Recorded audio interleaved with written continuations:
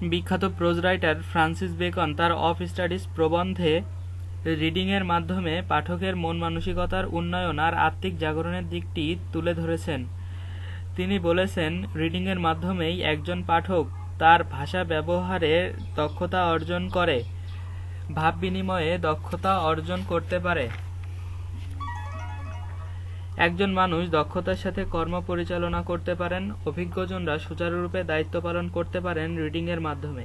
কিন্তু ফ্রান্সিস বেকনের মতে এই রিডিং যদি অতিরিক্ত হয়ে যায় তখন সেটা হিতে বিপরীত হতে পারে। এক্ষেত্রে রিডিং পাঠককে অলস করে তোলে।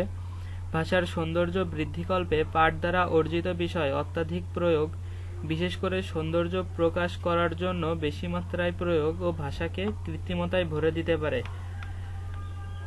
তবুও রিডিং প্রক্রিয়া পাঠকের স্বভাবকে পূর্ণতা প্রদান করে থাকে, আর অভিজ্ঞতা তাকে দেয় সম্পূর্ণতা। আমাদের প্রকৃতি প্রদত্ত গুণাবলীসমূহ যেন প্রকৃতির গাছপালার মতোই, সঠিক অধ্যয়নের মাধ্যমে তাকে কিছুটা কাটছাঁট করতে হয়। আবার অধ্যয়ন কোনো কোনো সময় আমাদের দর্শনের ক্ষেত্রটিকে একেবারে অস্পষ্ট করে দেয়।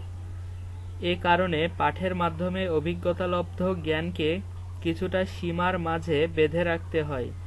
বেকন বলেন, যারা অত্যাধিক চতুর তারা ভাবেন বুদ্ধি আর চতুর্যতার দ্বারাই সব কিছুর সমাধান সম্ভব, অভিজ্ঞতার কোনো প্রয়োজন নেই।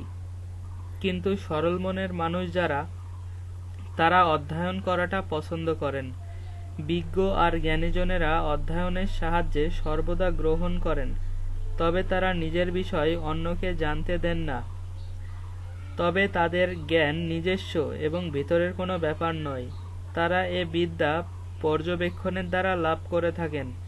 বেকন বলেন, কোনো বিষয়কে মিথ্যে বলে প্রমাণ করা আলাপ আলোচনার উপাত্ত সংগ্রহের উদ্দেশ্যটাই যেন পাঠের বিষয় না হয়। অধ্যয়নের দ্বারা যেন লেখকের বক্তব্য বিচার বিশ্লেষণ করা সম্ভব হয়। বেকন বলেছেন, কোনো কোনো বই পাঠ করে একেবারে নিজের ভেতরে স্থান দিতে হয়, আবার কোনো কোনো বই পাঠ করে তার থেকে অর্জন করা বিষয়কে হজম করে ফেলতে হয়। আবার কোনো কোনো বই কিছুটা পাঠ করলেই চলে, বেশি একটা পড়ার প্রয়োজন পড়ে না। সাধারণ নিম্নমানের বইগুলোর সার কথাটা জানতে পারলেই হয়। বেকন বলেন, মহৎ বইগুলো পানির মতো স্বচ্ছ আর নির্মল, তার কোনো রং নেই।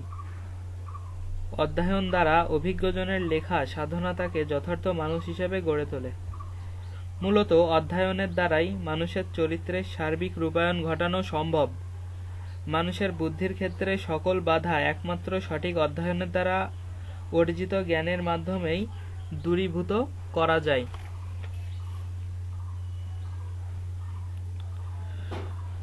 ধন্যবাদ।